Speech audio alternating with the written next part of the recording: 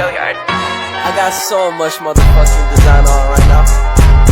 Break it down, bring it back, make it clap. I got 3 old thoughts, new guap, wear that thing. Bitches on my line, and you know they come strapped. Hold up, what it not, 45, scope it cash like whoa. How you fucking with these hoes up? Assalamualaikum warahmatullahi wabarakatuh. Let me introduce myself. My name is Sinta Permatasari from class Manajemen 22A with NPM 22411045. I'm here to discuss material regarding uji T homogen dan uji non-T homogen. Definisi uji T homogen dan uji non-T homogen. Uji T homogen adalah salah satu uji statistik yang digunakan untuk menentukan apakah varian dari 2 atau lebih kelompok data adalah homogen atau setara. Dalam konteks ini, homogen berarti bahwa varian antara kelompok-kelompok tersebut tidak signifikan secara statistik. Artinya kelompok-kelompok tersebut memiliki varian yang serupa.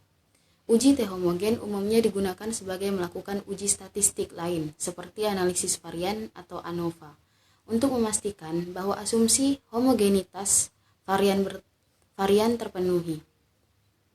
Asumsi ini penting dalam banyak analisis statistik karena jika varian antara kelompok sangat tidak seragam, maka hasil uji statistik yang dijalankan dapat menjadi tidak dapat diandalkan. Terdapat beberapa metode yang dapat digunakan untuk menguji homogenitas varian, serta uji Leven, uji Bartlett, dan uji V. Antara lain, uji T homogen mungkin juga digunakan dalam beberapa konteks lain, tergantung pada tujuan analisis statistik yang sedang dilakukan. Uji non-parametrik adalah jenis uji statistik yang digunakan ketika data Anda tidak memenuhi asumsi dasar distribusi normal atau homosgenastisitas. Uji non-parametrik sering digunakan ketika Anda memiliki data ordinal atau nominal, atau ketika data Anda terdistori atau memiliki outlier yang signifikan. Uji non-parametrik sering digunakan ketika data tidak memenuhi asumsi-asumsi parametrik yang diperlukan oleh uji T, ANOVA, atau uji statistik parametrik lainnya. Namun, penting untuk diingat bahwa uji non-parametrik mungkin memiliki kekuatan statistik yang lebih rendah daripada uji parametrik jika asumsi parametrik dapat dipenuhi.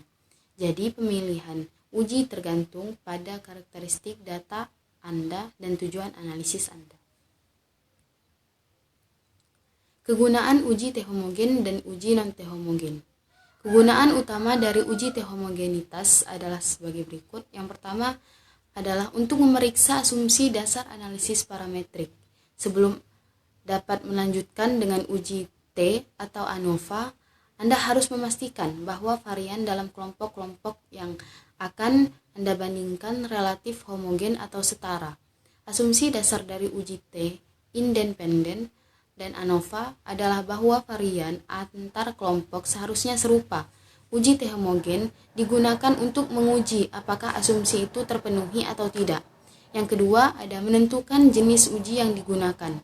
Hasil dari uji T homogenitas dan mempengaruhi pilihan Anda untuk menggunakan uji parametrik atau non-parametrik. Jika hasil uji menunjukkan bahwa varian antar kelompok sama, maka Anda dapat menggunakan uji T atau ANOVA. Namun, jika hasil uji menunjukkan ketidaksetaraan varian yang signifikan, Anda mungkin harus menggunakan uji T non-parametrik atau metode analisis non-parametrik. Yang ketiga, menghindari bias hasil uji.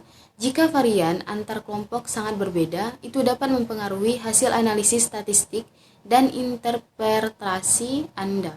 Misalnya, jika varian antar kelompok sangat tidak setara, hasil uji T atau ANOVA dapat menghasilkan kesalahan interpretasi dan kesalahan dalam pengambilan keputusan. Uji T homogenitas membantu mencegah bias ini. Keempat, memastikan validasi hasil analisis. Dengan memeriksa homogenitas varian, Anda dapat memastikan bahwa hasil analisis Anda lebih valid dan dapat diandalkan.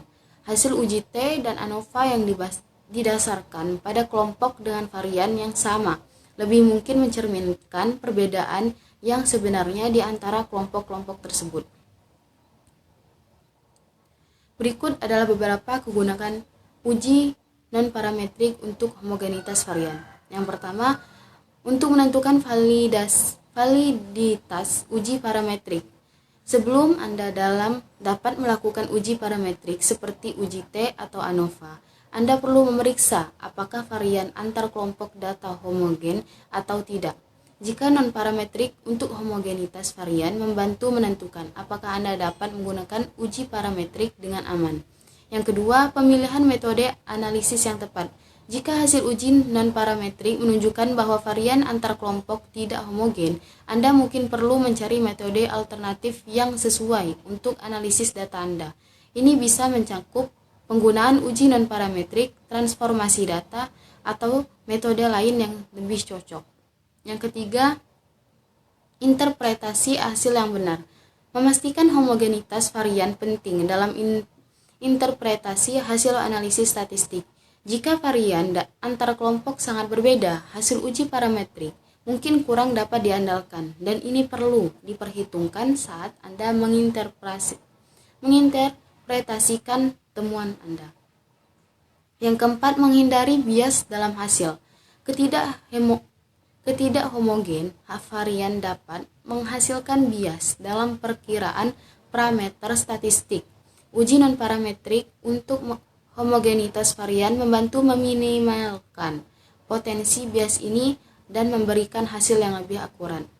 Kelima, menjamin keadilan dalam perbandingan. Dalam konteks eksperimen atau penelitian, memastikan bahwa kelompok-kelompok yang dibandingkan memiliki varian yang sebanding adalah penting untuk memastikan bahwa perbandingan yang Anda lakukan adalah adil dan berdasarkan perbedaan sebenarnya dalam data, bukan hanya akibat perbedaan varian. Mengapa uji T homogen dan uji non-T homogen? Berikut beberapa alasan mengapa uji T homogen sangat penting. Yang pertama, keabsahan uji statistik parametrik. Banyak uji statistik parametrik seperti uji T independen atau uji T berpasangan ANOVA, analisis varian, dan analisis regresi didasarkan pada asumsi bahwa varian antar kelompok adalah homogen. Jika asumsi ini tidak terpenuhi, hasil dari uji statistik parametrik tersebut mungkin tidak valid. Yang kedua, ketepatan perbandingan. Uji T adalah alat yang digunakan untuk membandingkan rata-rata antara kelompok-kelompok yang berbeda. Jika varian antar kelompok sangat berbeda, hasil perbandingan rata-rata akan terpengaruh, dan ini dapat mengarah pada kesalahan interpretasi dan pengambilan keputusan yang salah. Yang ketiga, untuk mencegah bias. Ketidakhomogenan varian dapat menyebabkan bias dalam perkiraan parameter statistik. Bias ini dapat menghasilkan kesalahan yang signifikan dalam penarikan kesimpulan dari data. Yang keempat, menghindari kesalahan jenis 1 dan jenis 2. Ketidakhomogenan varian dapat mempengaruhi tingkat signifikan dan daya uji statistik. Jika Anda mengabaikan asumsi homogenitas varian ketika sebenarnya tidak terpenuhi, Anda dapat membuat kesalahan tipe 1 atau kesalahan positif palsu, atau tipe 2 atau kesalahan negatif palsu dalam analisis. Yang kelima, merupakan pertimbangan statistik desain penelitian. Saat merancang penelitian, penting untuk mempertimbangkan homogenitas varian untuk memastikan bahwa eksperimen atau pengumpulan data yang Anda rancang dengan baik untuk menguji perbedaan yang dimaksud. Yang keenam, keadilan dalam perbandingan. Jika varian antar kelompok sangat berbeda, perbandingan yang dilakukan mungkin tidak adil. Memastikan bahwa varian antar kelompok sebanding adalah penting untuk menjaga keadilan dalam analisis statistik.